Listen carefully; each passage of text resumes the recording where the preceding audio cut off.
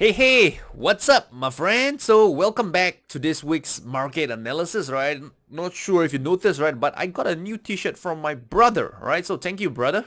And it's a Superman one, the same color as the one I usually wear, but just slightly different material. So, any of you that want to, send me t-shirts, I'll be more than happy to wear them, right? If it fits me. So, anyway, back to this week's video, right? So, I want to talk about the markets, all right? The markets, right? And basically talking about the different sectors of the markets. We'll cover the forex markets, bond markets, index, agriculture, commodities, right, and more, right. So to give you a good overview of what's going on in the financial markets right now. So all this and more, right? I'll see you there.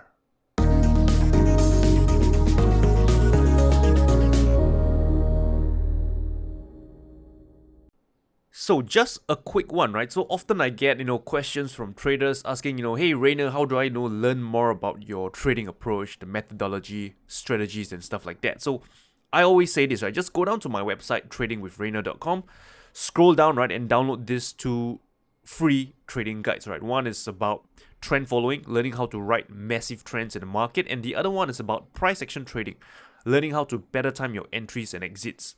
So these two guides are completely free, right? Just go down, click this blue button, and I'll send them to your inbox. Okay, so if you want to learn more about my approach, right, this is the best way to get started. So just go down to tradingwithrayner.com and just scroll down and download these two guides. So moving on, back to this week's market analysis. First market I want to talk about is a euro dollar. So generally euro dollar, right, if you ask me, it's still somewhat in a long-term range, okay? And to be honest, I thought that this market could possibly break down, but it didn't quite happen, right? Because when I saw this, right, first bounce, came back in, form a lower high, and it traded down lower. I thought it might form somewhat like a descending triangle, which eventually might lead to a breakdown. That didn't happen, and at this point in time, right, what could possibly happen is that the market retraced right back to this highs, right, around the 1185 level around here. And you could get a setup, right, to go short around this level. So this is what I'm seeing on euro dollar at this point in time. Moving on, right, let's move on to Aussie dollar. So Aussie dollar, right, not quite much, right, but I just want to say that if for those of you who are short, right, you want to be aware that you are actually, shorting around this area of support, right, around here. Plus, you have this confluence of this downward trend channel, which is at the lower portion as well. So based on this type of a market price action structure, the market usually more often than not tends to head higher. So if you want a short, right, wait for a more favorable trade location. For example, if you ask me, right, if you want to go short, right, a much better level will be somewhere around here, around the 755 level, which coincides somewhere around this downward trend channel, which is at the upper portion of it. So if you want a short, right, this is definitely a much better trade location compared to over here. Right, if you want to go short here, the market could still retrace higher and you're going to get squeezed, right? So if you don't want that to happen to you, right, you could, wait for a better trade location. That's the point I'm trying to make. New Zealand dollar, this one over here, okay, you can see that this market broke down below this long-term range, right? This is the key area of support around the 68 cents. And this market basically, right, break and close above into this area of support once again. So if you look at it from a big picture perspective, the weekly time frame, you notice that you have actually a false break, right, of this area of support. Market came down lower, right, taking out the lows, taking out the stops below this low of support, right, and then it rallied and closed back into the range. So this is a sign of strength. This is bullish, right? And I don't trade off the weekly time frame, right? So for those of you who trade off the weekly time frame, right, your stops will be pretty large, right? Because weekly time frame, the stop loss, the distance, right, is larger.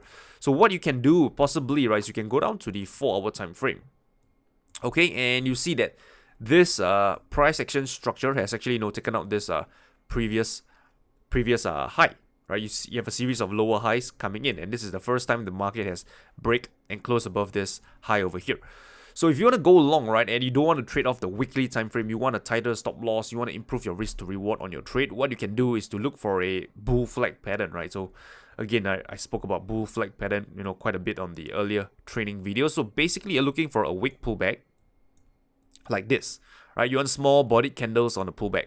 And when the market finally breaks out above these highs, okay, you would look to get long, right, in anticipation of higher prices.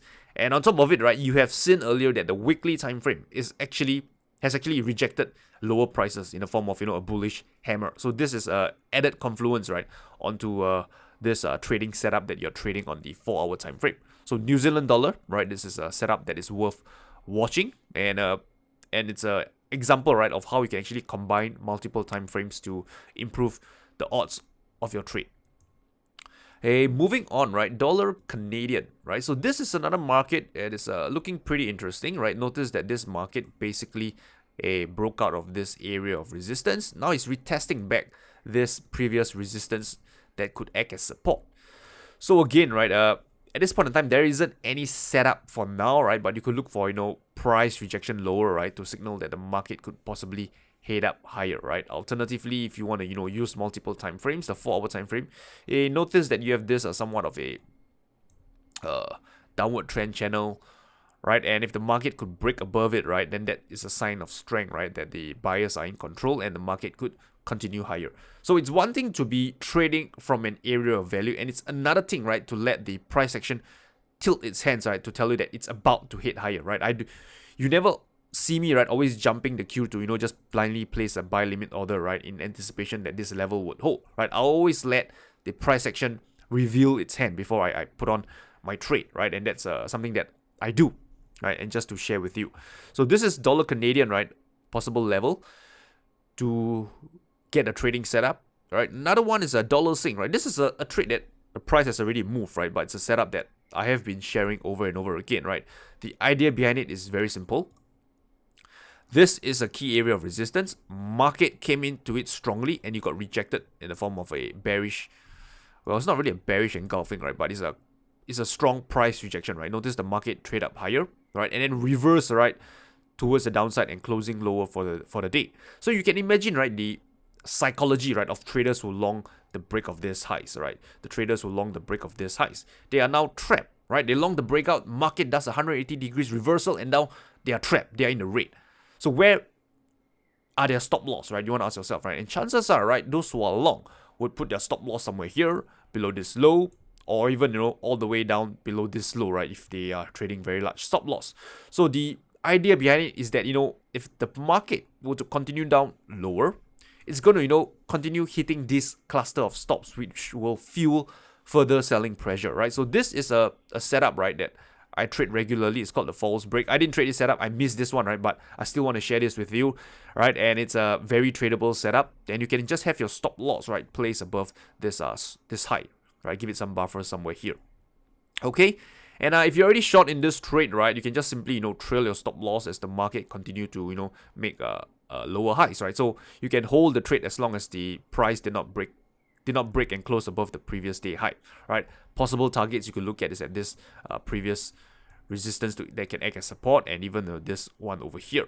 So a couple of ways to manage the trade, right? And this is a setup that you can consider trading in the future, right? For those of you who missed it, right, one tip that I can share with you is that since you already missed the trade, right, what you can do is just place a sell limit order over here, right? And if the market does retrace, right, you could possibly get filled on the trade, right? And it will be almost the same, right? It's the same, right? Where you just simply went short when the market opened on the next candle over here. It's the same concept, just that this time around you're just putting a limit order and see if you can get filled or not. Because if you do get filled, right, then it's as good as shorting on this candles open over here. Okay, so this is just a quick tip for you to manage this type of trades that you have missed. Dollar against the Indian rupee, right? So this is definitely one of the more bullish pairs as well. If you just zoom out, right, this market has a breakout of this area of resistance, right, around here. Breakout of this area of resistance, and it's consolidating right now. This is a sign of strength, right? Because the range of the candles are relatively small, right? No strong selling pressure coming in. And if you look at it, there is a potential trend continuation setup that's forming, right? So if the market can consolidate and finally break above these highs, I would be inclined to go long on this, right, in anticipation of higher prices to come. Okay, so this is the dollar against the Indian rupee. I'm bullish on this. Let's have a look at the stock markets, shall we? So stock markets, indices, S&P, right? Generally, I am bullish on this as well. The reason being is that, notice a series of higher lows coming into this area of resistance. So this looks somewhat like a ascending triangle, right? It tells you that the buyers are willing to buy at these higher prices, and there's a good chance, right, that this market could continue to hit higher and finally breaking out of this resistance. If you look at Nasdaq, right, it's already it's much more bullish, right? You can see it's again a series of higher lows, right? And this is somewhat of more of a rising wedge pattern. I don't really know what is the exact term for it, right? But still, right, you can see that this market is making higher gains as well. So one thing to note is that I think a rising wedge is a bearish chart pattern, right? So I won't really call it a rising wedge, right? At this point in time, market is still bullish, right, on the Nasdaq. So let's have a look at the bonds, shall we? Bonds, right? So 10-year bonds, generally the downtrend is still intact. Okay, my buyers would only shift, right, if this market can break above this area of a resistance, right? If it break and close above it, I would change from a bearish bias to a bullish bias. But until then, right, my take on bonds is still bearish for now. Okay, and having a look at the commodities, right? Oil. Generally, oil still bullish. You can see a series of, higher highs, higher lows, nothing to be bearish about, right? If you notice that previously oil, came back, retest these highs, did somewhat like a bullish flag and then continued breaking out higher. So right now, retracing, potentially forming another, bullish flag and, could possibly break out higher from here.